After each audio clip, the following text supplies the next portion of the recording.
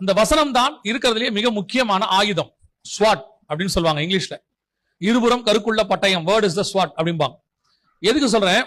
சபை அற்புதத்தினாலும் அடையாளத்தினாலும் பெருகும், ஆனா வசனத்தினால மட்டும்தான் நிற்கும்.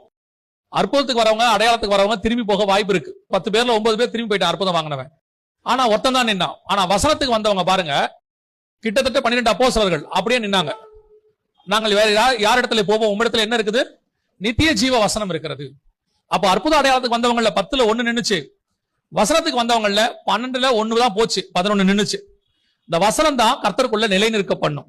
ஆரம்பத்துல வரும்போது நமக்கு நிறைய தேவைகள் இருக்கு ஆண்டவர்கிட்ட. அதான் வசனம் சொல்லுது, வனாந்தரத்துல உன்னை நயம் காட்டி அழைத்தேன் அப்படிங்கிற ஆண்டவர். வரும்போது நம்மள நிறைய விஷயம் சொல்லித்தான் வரோம். தேவைகள் இருக்கு.